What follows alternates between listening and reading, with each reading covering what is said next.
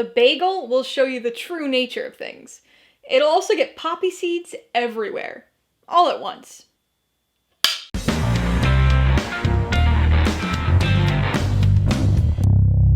Hey everybody, welcome to Mainely Movies. Today I'm going to be talking about A24's 2022 sci-fi action film, Everything Everywhere All at Once. If you're new here, please consider subscribing for a variety of movie-related content like reviews, rank lists, and trailer reactions.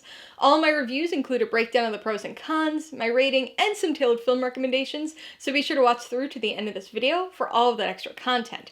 Everything Everywhere All at Once stars Michelle Yeoh, Quan, and Stephanie Hsu, and was directed by Quan and Daniel Scheinert, also known as the Daniels. It tells the story of mother and laundromat owner Evelyn Wang, played by Michelle Yeoh, who discovers that she is the key to saving the multiverse and all of the parallel universes and worlds within it. Most of the time, it's fairly easy to describe a film to someone. A description is certainly no replacement for actually watching the movie, but a brief overview of the main characters and the premise is usually enough to give somebody the basic gist of a movie without spoiling anything. Occasionally, you come across a movie that's predicated on its twist or big reveal, so those can be a little harder to explain to someone without some spoilers. And then there's Everything Everywhere All at Once.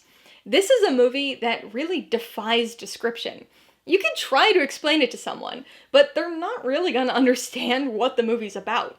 This is a spoiler-free review, as are all of my reviews, but even if I included spoilers, they would make absolutely no sense without having seen the movie, and in fact, would probably make it even harder to describe. This film is a wild, chaotic ride, and a cinematic experience if there ever was one. This movie's name might be a confusing mouthful out of context, but it perfectly encapsulates what it actually is. There's so much going on that the film can't even contain it. It's a sensory overload and an ever-changing collage of absurdity that is quite literally about everything everywhere all at once. It ranges from somewhat reasonable to downright ridiculous, and with its imaginative anything-can-happen approach, you never know what you're gonna see next. This applies to not only the plot and settings, but also to the film's style as well. It references and pays homage to movies ranging from 2001: A Space Odyssey to In the Mood for Love to Ratatouille, and is a genre and stylistic mashup for the ages. High-concept sci-fi, martial arts action, it's even a silent film. Everything Everywhere All at Once has got an endlessly layered, chaotically complex story, yet somehow it's still remarkably easy to follow once you accept the premise. We've seen a lot of multiverse stories lately, so some might view this as just another film jumping on the bandwagon, but this story has been in development for well over a decade now. And this is probably the most creative, engaging, and interesting use of the multiverse concept I've seen thus far. This multiverse stems from choices, with every decision and possible outcome producing another universe. But this film isn't just about traveling among these different universes in the multiverse. It's about harnessing them, tapping into the skills, knowledge, and life experiences of one's counterpart in any number of infinite parallel universes, and then using that information in your home universe while concurrently existing in a fragmented nature across the multiverse.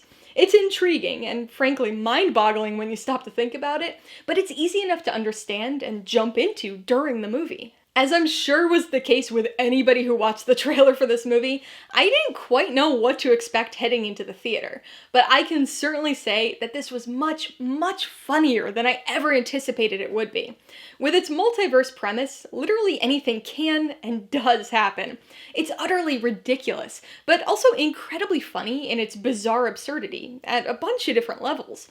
Personally, I'm somebody who loves situational humor, and I can glean immense enjoyment from facial expressions alone, and this film offers a wealth of such reactions.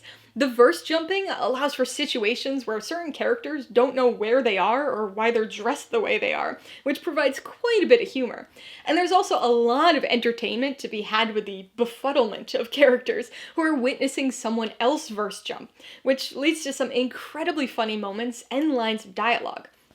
So that type of humor, combined with the more absurd elements, like hot dog fingers or raccacoonie, just produced this near impossible to describe but incredibly funny comedic mashup. As unexpected as this film's humor was for me, the thematic depth was even more surprising.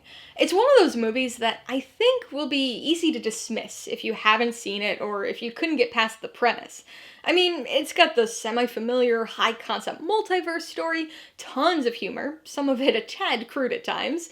It's chaotic, goofy sci-fi with a huge dose of absurdity, so I can see how some people might dismiss it.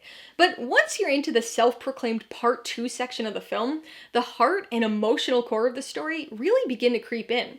You start to see that it's actually about choices, whether your own choices or those made for you. It's about all the possible life paths you could have had, and all those possibilities that still lie ahead. It's about mental health, parent-child relationships, and the impact that people can have on who others become. It's optimistic, but also very nihilistic at the same time, and it's ultimately about accepting that you are the culmination of all of your choices. Alright, let's talk about the pros and cons. Pro number 1 is definitely the premise.